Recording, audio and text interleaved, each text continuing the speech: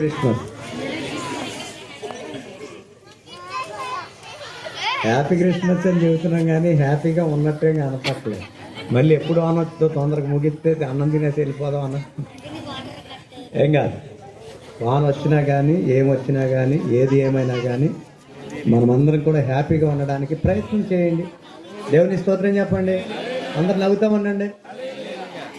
ఈ హ్యాపీ మన జీవిత కాలం అంతా ఉండను గాక.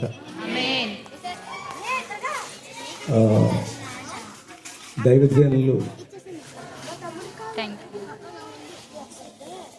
చింతలపూడి పరిసర ప్రాంతాల్లో పరిచయం చేస్తున్నటువంటి సేవకులు, మరి బహుబలంగా వాడబడుతున్న సేవకులు మన మధ్య ఉన్నారు. దేవుడు పిలుచుకున్న సేవకులు. దేవుని యొక్క గొప్ప కార్యాలు ఎలాగ ఉంటాయంటే, దైవజనుడు అడుగు పెడితే ఆ స్థలంలో ఉన్నటువంటి యొక్క పరిస్థితులు మార్చబడతాయి. దేవునికి స్తోత్రం చెప్పండి. దైవజనుడు కనిపిస్తున్నటువంటి యొక్క దేవుడుగా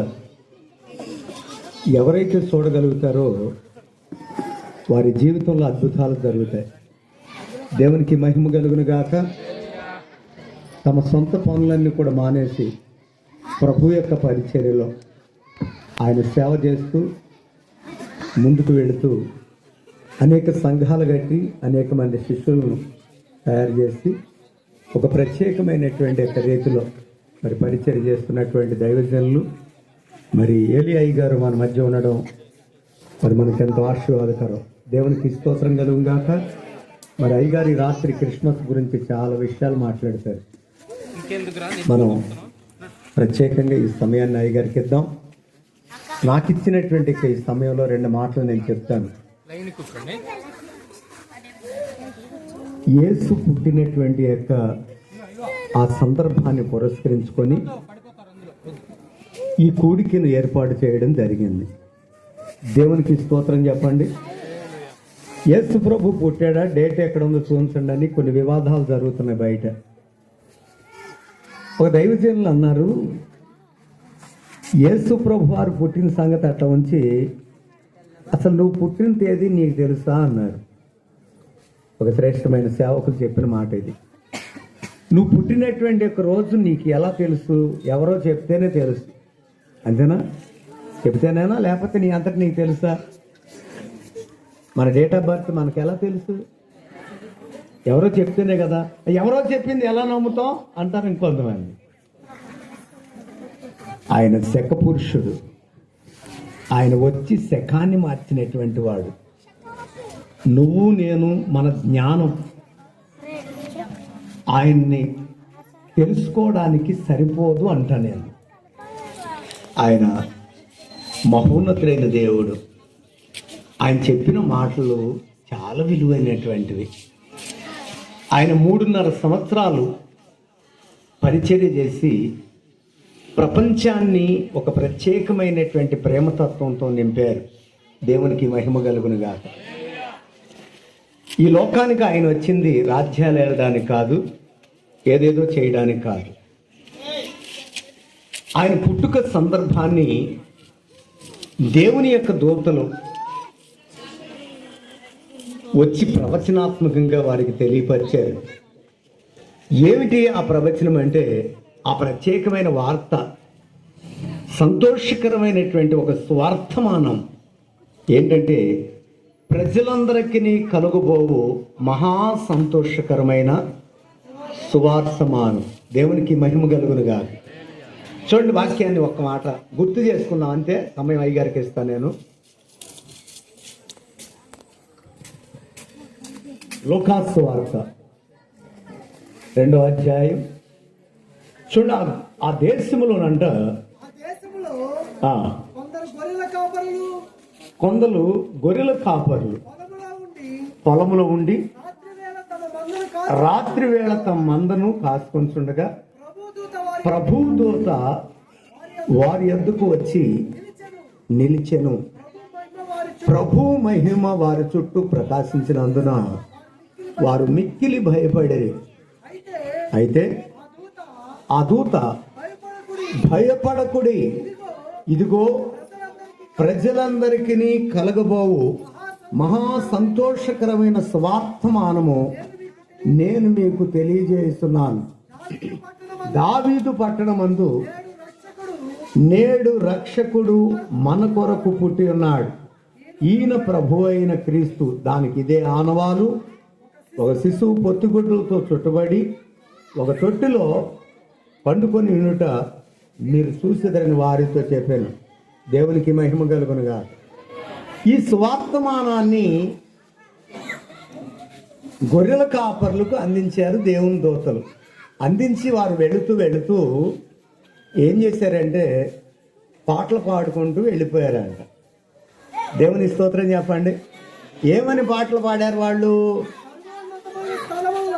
సర్వోన్నతమైన స్థలముల్లో దేవునికి మహిమయు, ఆయనకి ఇష్టలైన వారికి భూమి మీద సమాధానమును కలుగునుగాక అని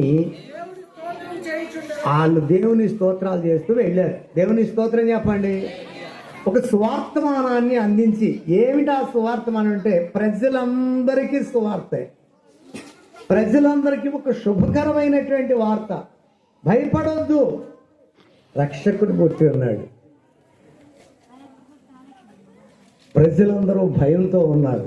రేపు తెల్లారితే భయం, రేపు ఆ సీటీ కట్టాలని భయం, ఈ కరెంటు బిల్లు కట్టాలని భయం, అది కట్టాలని భయం, ఇది కట్టాలి, ఈఎంఐలు వచ్చేస్తున్నాయని భయం, అది భయం, ఇది భయం. ఇవి మనకు తెలియని భయాలు ఇంకో కొన్ని ఉంటాయి.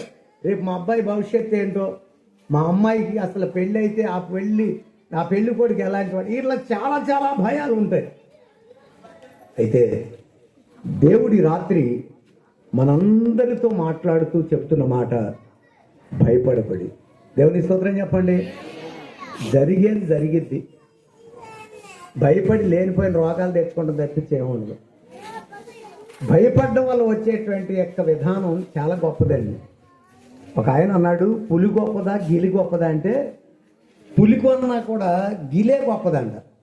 పులి ఉన్నప్పుడు భయపెడితే గిలి ఏం చేస్తుందంటే లేనప్పుడు కూడా భయపెట్టిద్ది. అమ్మో ఏదో ఉందేమో అక్కడ అంటే భయమే, ఏం ఉండదు అక్కడ. అలాగే నీ భవిష్యత్ విషయంలో భయపడవలసిన పని లేదు. దేవుడు చెప్తున్నారు ఈ మాట, తన దూతలు చెప్తున్నాయి ఈ మాట. ఏది ఏమైనా భయపడాల్సిన పని లేదు. ఎందుకో తెలుసా? నీ నీతికి తగినట్లుగా దేవుడు నీ నివాస స్థలమును వర్ధన చేస్తాడు. నీ యొక్క మనస్సుకు తగినట్లుగా నీ జీవితం అనేటువంటిది ఉంటుంది. మీకు ఒక విషయాన్ని చెప్తాను. మత్తయి సువార్తలో జ్ఞానులు ఆ యొక్క ప్రాంతాల నుంచి ఒక నక్షత్రమును చూసి ఏం చేశారంటే, ప్రభు పుట్టినటువంటి యొక్క ఆ ప్రాంతానికి, ప్రభు ఉన్నటువంటి ఆ చోటుకి దర్శించడానికి వచ్చారు. మత్తయి సువార్త 2వ అధ్యాయం 1 నుంచి అంట. వారు ఆ నక్షత్రమును చూసి అత్యానందభరితులై, దేవుని స్తోత్రం చెప్పండి. నక్షత్రాన్ని చూసి అత్యానందభరితులయ్యారు వాళ్ళు. దేవుని జోట్లను చూసి ఈ యొక్క గొర్రెల కాపర్లు భయపడ్డారు. బాగా అర్థం చేసుకోవాలి. నువ్వు జ్ఞానం కలిగిన వాడు అయితే నువ్వు అత్యానందంతో నింపబడతావు ఈ దినం నుంచి. దేవుని స్తోత్రం చెప్పు. ఏ ఆనందం చెప్పండి? అంటే ఆనందం వేరు, అత్యధికమైన ఆనందం వేరు. ఇందాక ఆ పిల్లలు డాన్స్ చేస్తుంటే ఎంతో ఇది, అందరూ సంతోషపడ్డారు. పెద్దవారు ఆయన కూడా చాలా ఇదే అత్యానందభరితులై వచ్చారంట వాళ్ళు. బాగా అర్థం చేసుకోవాలి. ఎవరు ఆనందించేదంటే జ్ఞానులు ఆనందిస్తారు.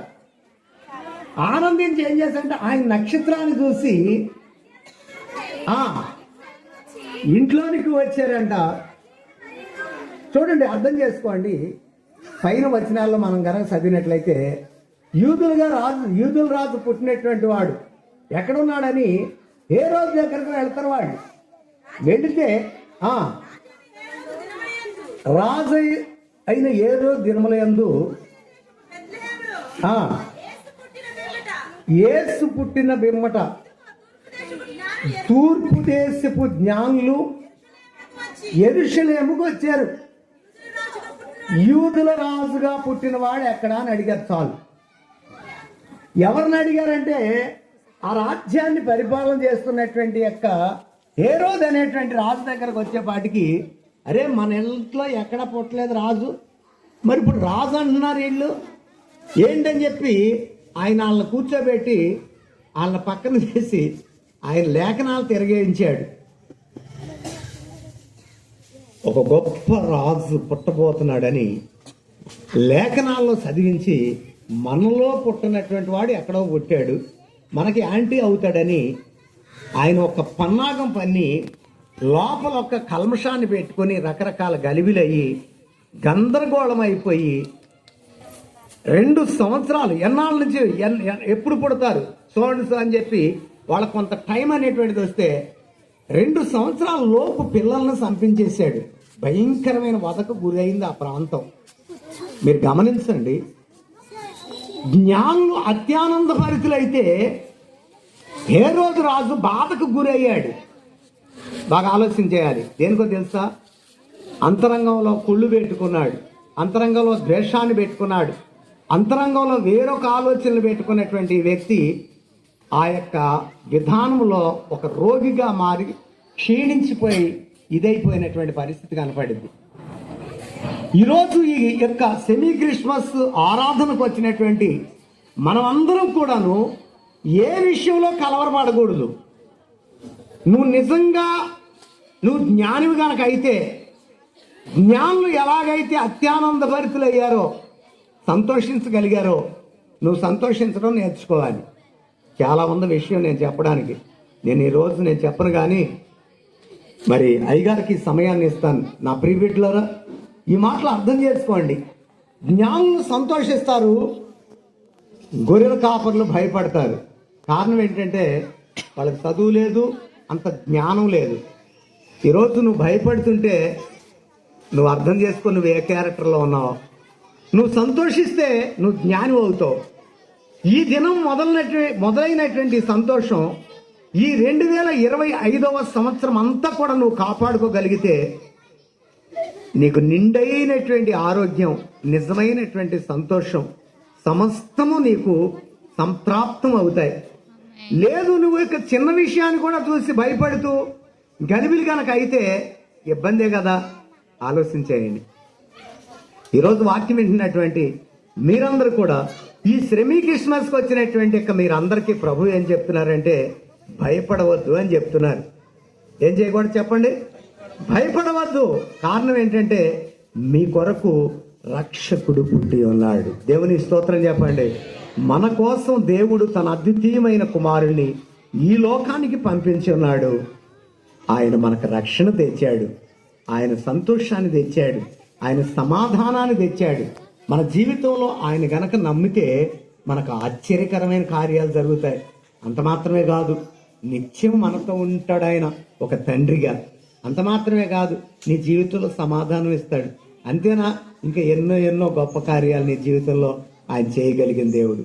దానికి ఇదే ఒక్క చిన్న విషయం ఏంటో తెలుసా? నువ్వేం చేయవసరం, భయపడకుండా యథార్థంగా నీతిగా న్యాయంగా నువ్వు నడిస్తే నీ జీవితంలో నిజమైన క్రిస్మస్ ఆనందం ఉంటుంది. దేవుడి మాటలు దీవించును గాక.